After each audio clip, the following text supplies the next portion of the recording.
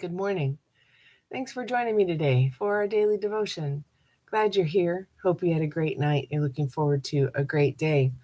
Today is November 17th. It's a feast day in the life of the church. We're going to talk about Elizabeth of Hungary today, but we also have several birthdays to acknowledge today. Today is Jack Winterfeld's birthday. Jack is 5 today, so happy birthday, Jack. Hope you have a great day today. It's also Jeff Okeson's birthday, so happy birthday, Jeff. It's also Gigi DeBerry's birthday today. Some of you got to meet Gigi and Ben when they came through to visit us. Not this last summer, but summer before, summer 22. They came through and met a lot of the quilters and met several members of the congregation. So today is Gigi's birthday. So happy birthday, Gigi. Hope you have a great birthday today. The cat shaming photo of the day is, my name is Ronnie. I like to attack paper towels and eat them up and eat them and then throw them up. Oh my goodness, cat. See the cat with the little wad of paper towels? That's funny. So, as I said, today is Elizabeth of Hungary's feast day. We remember her in the life of the church. Not that she played an important role necessarily. I mean, she wasn't a martyr. She wasn't a apostle or anything like that. But she was important when it comes to social change. And she lived in the 13th century. We're not entirely sure when she was born, but we know that she died in 1231. So she was in the early 13th century. When she was 10 or 11, she was betrothed to this very wealthy, I think he was a duke. I don't think he was a prince. I think he was a duke. And anyway, obviously she was too young to get married. So she went to live in a convent with the sisters until she was old enough. And then she moved in with the Duke. And what's interesting about the Duke is that he went to the top of this mountain and said, I want to build a castle here. Well, the people said, sorry, dude, you don't own this land. So he went back to the land that he did own and filled up a wagon load of dirt, hauled it up to the top of this mountain and dumped that dirt out. And he said, okay, I own this dirt, therefore I own this mountain. And he built this big castle that's up there on top of the mountain. And we know that castle today as Wartburg Castle, which, as Lutherans, we know exactly what that is. That's the place where Martin Luther was sequestered for 10 months while he was hiding out from Charles V. And while he was up there, he translated the Bible from Greek into German. So that's part of our connection to Elizabeth of Hungary, is that this is where Luther went when he was kidnapped and then hidden from Charles V. It was in her castle. So this duke or knight or whatever he was, he builds this castle, he marries Elizabeth, and then sequesters her in this thing.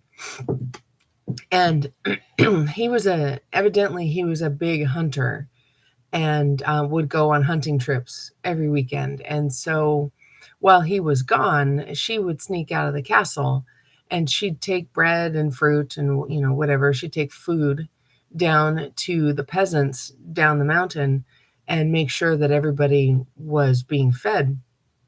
Well, the Duke caught wind of this and said, knock it off. I don't want you to be feeding the people. And so she stopped when he was around. But when he'd take off on another hunting trip, then she'd sneak out again with bread and fruit and meat and, whatever, and go down and feed the people. Well, one night he came home unexpectedly and he caught her as she was sneaking out of the castle.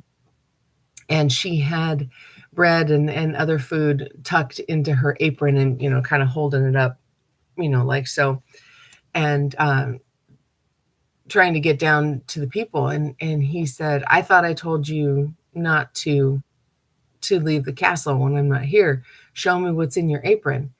And when she let go of her apron, flowers fell out, red and white flowers fell out. And, the Germans say, es war ein Wunder. It was a miracle, such a wonder to behold. And so he let her go, and she scooped up the flowers and went down to be with the people, I guess. I mean, or maybe she didn't, I don't know.